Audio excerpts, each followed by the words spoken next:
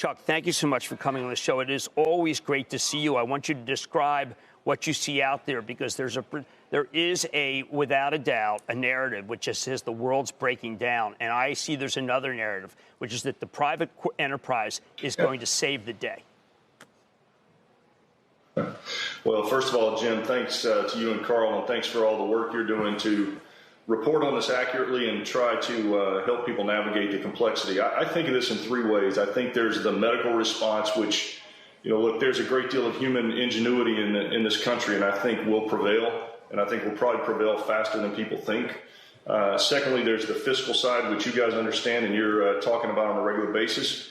And then there's two other pieces there. There's the piece of helping our customers remain productive during this time, and also helping our communities, frankly, because it's a real difficult time, frankly, for the most vulnerable people, those hourly contract workers, as well as, the homeless and others in our society, and we have to come together. So we're working on both those latter two day and night, and I feel good about where we are. Companies are coming together. We convened about 35 companies on Friday in Silicon Valley to try to tackle issues of helping people financially who are struggling right now.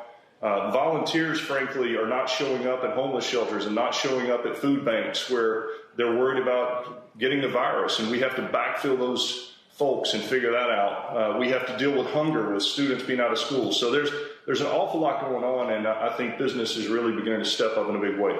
Okay, Chuck, when you say we have to deal with, and we're in a different time. I think that when you and I were younger, this would be something that the federal government would handle, because the federal government's bigger than all of us. It sounds like that to some degree what's happened is these problems are either not being addressed correctly by the federal government is slow, or private enterprise is now the biggest source of social change in the country. Do you think it's the latter, or do you think you're leading and the feds don't understand? Or does the federal government kind of routinely focused not on the people who are 1099 employees, people who have just been laid off, but the people who actually have a paycheck coming from a solving company? You seem to be involved in trying to help the people who do not have that. Well, I actually think that, it's a combination of both that have to solve this problem. I mean, I spoke to Governor Newsom yesterday, and he's made some great moves relative to, moratoriums on evictions, moratoriums on foreclosures, moratoriums on services being cut off, utilities, internet, et cetera. And I think there's a lot of work going on to provide hotel space for those who are vulnerable. But I think that I think it is both, and I think that look, sometimes it takes the government longer to get some of the things moving that you guys have been talking about for a couple of days now. And I think in the interim we have to step in. And many of the companies have made the commitment to continue paying our hourly contract workers, those workers who would have been in our cafeterias, those workers who have been in our custodial staffs. I mean, those are the ones who are going to suffer. And so making the commitment to pay them at 100% during this crisis are just easy things that some of us can do. But unfortunately, every company can't do that. And we have to find a way to make sure we're helping those who aren't in that situation. Those are the people who are being overlooked so far. Chuck, in the meantime, there's a big change in the way people do work. People working from home. I see you. I'm not sure exactly where you are. It's certainly not. It looks good. But you have a thing called WebEx, and WebEx is what big companies use to be able to make it so that you don't have to go to the office. Is there a fundamental change? And if I were to call you today for WebEx, would you be able to just say, hey, sure, Jim, no problem? Or is it, say, 10 times the demand that you had a few weeks ago? Well, I have to say the volumes are unprecedented. In the last 10 or 11 days, our volume has literally doubled. Since the outbreak in China, we saw 22 times the traffic coming out of China. We've seen 4 to 5 times the traffic in Korea, Japan, and other areas. And we were already the biggest platform globally in the world. I'll give you a statistic. Yesterday, we held 3.2 million meetings globally on WebEx, and that doesn't include one-on-ones. These are multi-individual meetings. And in the first 11 business days of March, we've had 5.5 billion meeting minutes. So, look, we're just building as fast as we can. Our teams are working 7x24.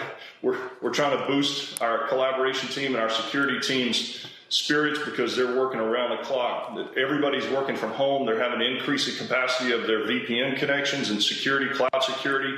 We're giving a lot of that technology away for free for now until we get through this issue. So, we're working as hard as we can. A lot of our competitors, a lot of our peers are doing similar things.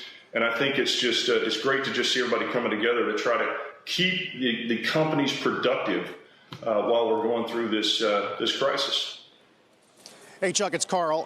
You talk about getting through this issue. I mean, there is this hopeful narrative that China and Korea, as you mentioned, are a quarter, maybe half a quarter ahead of us in this whole nightmare, and that they will offer demonstration that there is a door at the other side. Are you seeing any signs of that? Well, I see the same things you guys see, and I listen to the medical experts who I think have been just very steady through this whole thing. You listen to folks like Gottlieb, and they know what needs to happen. And I've heard this morning 5 million tests, Jim, I think you talked about, and then I've talked to some of my friends in the pharma industry, and that's where this notion of this human ingenuity that's going to come through. And I think that we are the most innovative and country in the world, and we have lived through crises, and I think we'll get through this one. Now, how long it takes, I leave that to the medical experts, but in the interim, I think it's our job is to focus on helping those in our communities to the extent we can and making sure that our customers are taken care of as well, and our employees. Chuck, I also know that you took a lead. Mark Benioff gets a lot of credit, and we love Mark here for doing this, but to try to help the homeless. I did want to say that for some degree, your company has been a leader in this. And I want to talk about the evolution of what I regard as ESG, particularly for the younger viewers out there. I'm listening to you. My Chapel Trust is a Cisco shareholder. How do I, as a shareholder, how do I justify all the money you're spending on these things? And I'm just being devil's advocate. I obviously feel that these things are very important, and you and I both know each other off screen. But how do you justify this to the shareholders that this is the right thing to do, given the fact that it's going to hurt the quarter? Well, I tell you what, we have one thing I've learned in the last few years is that these community issues and giving back in your communities and helping those who are less fortunate is critical to our employees. And they want to work, and increasingly, we talk about the millennials, but it's every generation. Employees want to work for companies with a purpose. Employees want to work for companies that care about the communities in which they live. And so I think that we get the best employees when we do these things. They're more motivated when we do these things. They innovate more. They're more excited about coming to work. I think that's one of the big things. I think our customers appreciate it. And I think in general, it actually fits very well into the overall economic strategy that we have for our business plan. I think that look, the more motivated your employees are, the more they innovate, the more excited they are about coming to work, the better job they're going to do. And I think that's how I've figured out that this is really the right thing to do. But as it relates to this crisis and this quarter, I think we all just have to do the right thing for our people and not worry about the quarter. I'm so glad to hear you say that. One last thing, Chuck. We've seen this illness ravage whole countries. And they're countries you do a lot of business in. And some people feel they started to come out on the other side. In the interest of actually being optimistic for a second, how's business in South Korea? How's business in Japan? Well, we have, look, there's huge demand for our video conferencing, our conferencing technologies, our security products. I mean, companies are trying to build out capacity to support all these companies working from, our employees working from home. But, we've been singularly focused on just getting whatever equipment these countries need. We've taken equipment into these pop-up health clinics in China and Korea. We've been bringing in WebEx to universities to try to help them get back up and running. So I think it's too early to tell sort of what the business conditions are going to be after they come out of this. But I think during the crisis, we're simply focused on trying to help them with whatever needs they have. Finally, Chuck, it's so notable that you're working to help others. You also got to help yourselves, though, keep the balance sheet strong. Can you talk about any efforts to bolster up credit, things like that in terms of building a bridge for Cisco over the next couple of months or quarters? Well, we're fortunate, obviously, that we have a very strong balance sheet, and we think that over the next few quarters, our customers likely are going to come out of this, and I think they'll realize that this crisis has demonstrated that they need to beef up their infrastructure even more.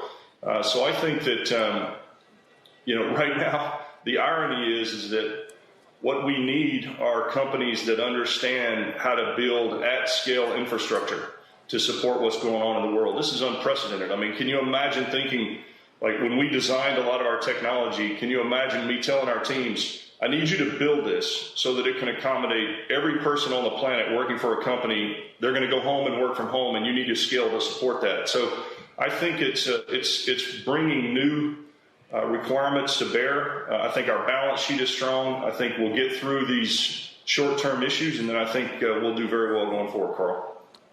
Chuck, thank you so much. I know Carl and I share. Carl shares this. It's just good to hear a kind of different tone. There's a sense that I think that corporate America is really rallying, not running from, but running to help. And I want to thank you, Chuck Robbins, CEO at Cisco, for your comments and for doing something that longer term is going to help everyone. And by the way, I wouldn't be surprised, as you said, we are going to come through this. It may not be years. It may not be seasons. It may just be months. Thank you so much, Chuck. Good to see you.